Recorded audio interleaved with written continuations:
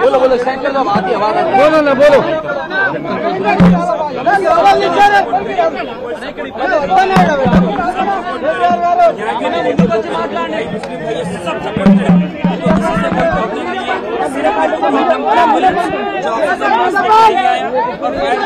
जो पानी नहीं मिला उनको, जो मास्क नहीं था उनके पास, वो एक इशू है, उसके उसके लिए 4 लोग आप पूरा सपोर्ट किए, हर कोई सपोर्ट किया। मैं ये नहीं जो थे यहाँ पे उनका सपोर्ट ज्यादा मिला सर। तो मैं एक ही चीज बोल रहा हूँ, मेरी एक ही विनती है सर, ये नेक्स्ट टाइम किसी और के साथ नहीं हुआ। तो मैं भी आ गया सर से पूरी डिटेल में बात कर लेता हूँ, कुछ नहीं मालूम। सर से फोन आया, आए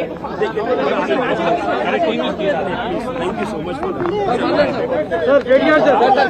केटीआर सर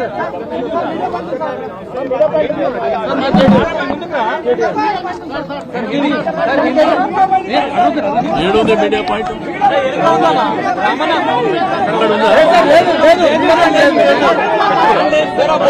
बोल दो भैया प्लीज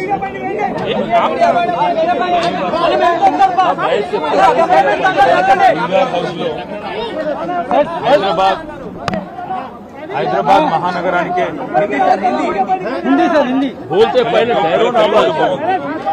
హైదరాబాద్ మహానగరానికే నిషాన్ అట్లాంటి చార్మినార్ దగ్గర గుల్జార్ హౌస్ అంటే తెలువని తెలంగాణ బిడ్డ ఎవడు ఉండడు, తెలువని వాళ్ళు హైదరాబాద్ సికింద్రాబాద్ ఎవరు ఉన్నారు. ఇక్కడ 120 సంవత్సరాల పైచిల్కు టైం నుంచి ఇక్కడ ఉన్నారు. అగర్వాల్ గారి కుటుంబం మొత్తం ఇక్కడ ఉంటా ఉంది.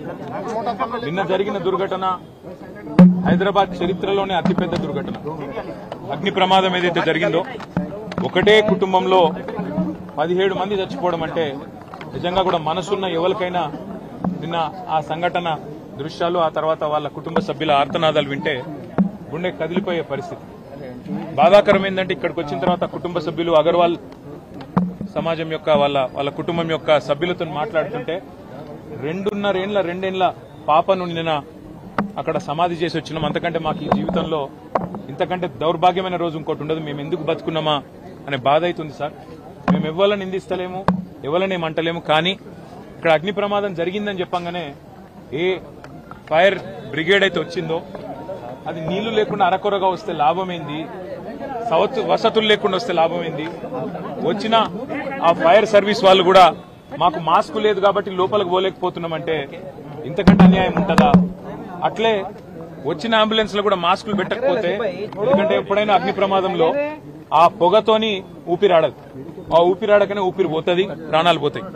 అట్లాంటప్పుడు ఆక్సిజన్ మాస్కులు లేకుండా, అట్లాంటప్పుడు వచ్చిన అంబులెన్స్ లో కనీస సౌకర్యాలు లేకుండా వస్తే ఎట్లా?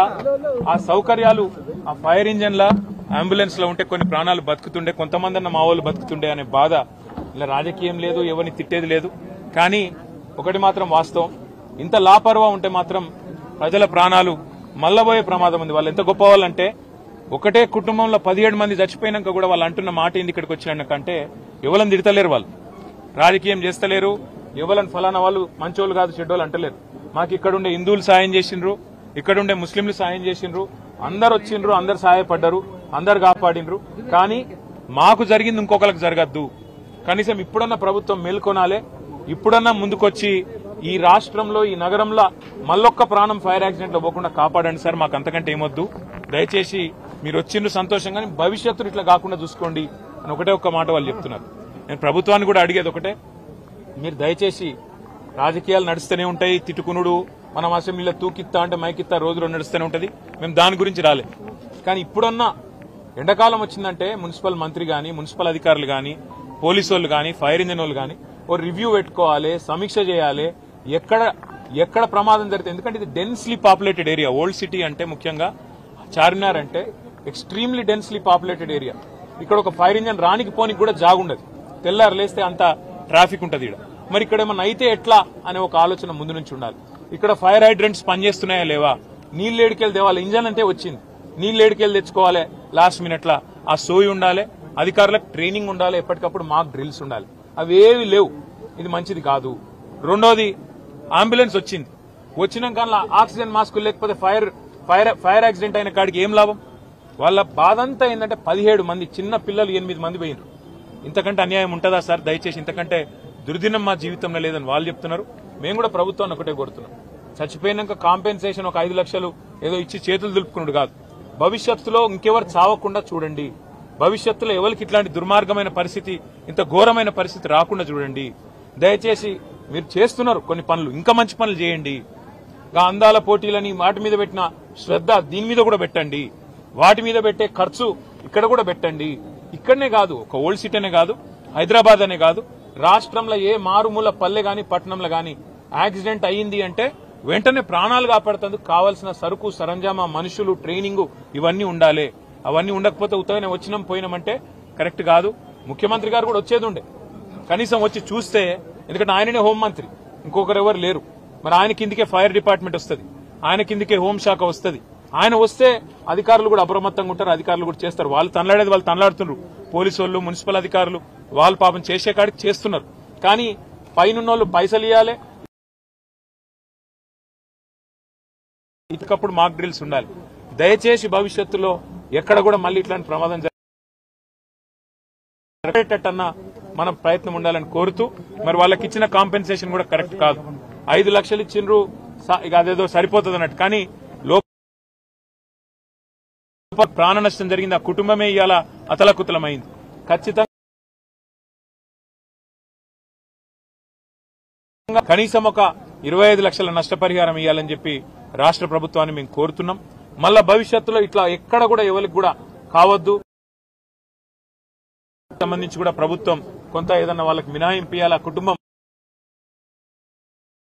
కండగా నిలబడాలని కోరుతూ, ఇలా మేము రాజకీయాలు మాట్లాడడానికో ఎవరన్నా తిట్టేందుకు మేము రాలేదు.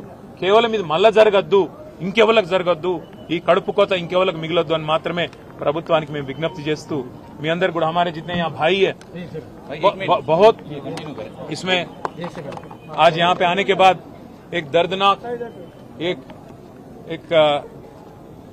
मतलब दिल आज हमारा यहाँ पे आने के बाद, इनसे मिलने के बाद, हमारे भाइयों से मिलने के बाद, अग्रवाल फैमिली जो यहाँ पे 17 उनके घर वालों को खो लिए, वो उनको मिलने के बाद हमारे पास कोई शब्द भी नहीं है उनको कुछ कहने के लिए, क्योंकि इतना बड़ा सदमा शायद किसी को नहीं, आज तक किसी को नहीं पहुंचा हैदराबाद में.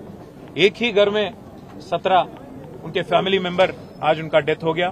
और उसकी एक ही वजह है, अगर जल्दी से यहाँ जो एम्बुलेंस आई, जो फायर इंजन आई, उसमें पानी का सहूलत रहता और ऑक्सीजन मास्क रहते तो कुछ लोग कम से कम उनमें से बच जाते. ये नहीं कह रहा हूं कि मैं 17 के 17 बच जाते, पर कम से कम एक या दो भी अगर बचते तो एक उनकी भी आज कुछ उनको कुछ थोड़ा राहत मिलता.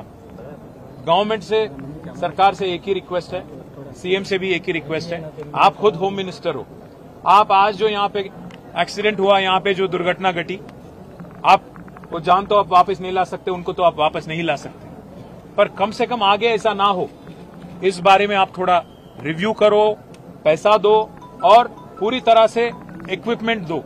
आपके जो एम्प्लॉइज हैं फायर में या म्युनिसिपल में या पुलिस में, उनको ढंग से ट्रेनिंग दो, मॉक ट्रेनिंग कराओ, मॉक ड्रिल करो, क्या कि ताकि ऐसे आगे जाके कहीं और हैदराबाद में या तेलंगाना में कहीं और ऐसी दुर्घटना ना घटे. और सीएम से मैं एक और चीज भी कहना चाहता हूं, आप जो ब्रांड प्रमोशन के लिए कर रहे, चार मीनार के पास मिस यूनिवर्स को, मिस वर्ल्ड को बहुत लोगों को लाया, पर यहाँ की लोगों की भी जान की भी आप परवाह आपको रहना चाहिए. आप कम से कम एक बार आके जाते कल, तो आज कुछ यहाँ पे स्टेप अप करते, ऑफिसर भी थोड़ा एफर्ट स्टेप अप करते, जल्द से जल्द यहाँ पे बाकी जहाँ अनसेफ एरियाज हैं उनकी भी रिव्यू होती. शायद एक बार आप आ जाएं तो अच्छा होगा. ये भी मैं चीफ मिनिस्टर से, होम मिनिस्टर से कहना चाहूंगा. और आखिरी में मैं इतना ही डिमांड करूंगा कि जो कल एक्सग्रेशिया अनाउंस किया गया 5 लाख, वो काफी नहीं है. यहाँ पे काफी सारा प्रॉपर्टी नुकसान भी हो गया, और यहाँ पे 120 साल से जो एक फैमिली थी, उनका पूरा आज घर उजाड़, घर रोड पे आ गया. तो इसलिए मैं रिक्वेस्ट करना चाहता हूं गवर्नमेंट से, हुकूमत से, कि आप 5 नहीं 25 लाख ऐलान करिए. कम से कम उनको फिर अपना धंधा फिर से शुरू करने के लिए और उनका घर फिर से बसाने के लिए थोड़ा मदद मिल जाती. और उनके लिए हमदर्दी जो आप आज जता रहे हैं, हम लोग सब लोग आके यहाँ बता रहे हैं, उनके तरफ से आज घर वालों से बात करने के बाद उन्होंने एक चीज कहा कि साहब हमारा तो घर पूरा का पूरा उजड़ गया, पर कम से कम ऐसा किसी और के साथ नहीं होना, उसके लिए आप कुछ करो। मैं उनका आज दुख में शामिल हूं और जितने भी जाने गई, जितने भी कल एक्सीडेंट में मृत्यु हुई, उन सबके लिए हम प्रार्थना करेंगे और गवर्नमेंट से भी हम आगे जाके पर्सनली भी रिक्वेस्ट करेंगे और अल्टीमेटली यही उम्मीद रखेंगे कि किसी और के साथ ये दुर्घटना फिर से ना हो। साहब, आपकी पार्टी की तरफ से कुछ माली इमदाद की जाएगी? बिल्कुल बात करके बोलेंगे, उन पार्टी की तरफ से भी कुछ करने की कोशिश करेंगे।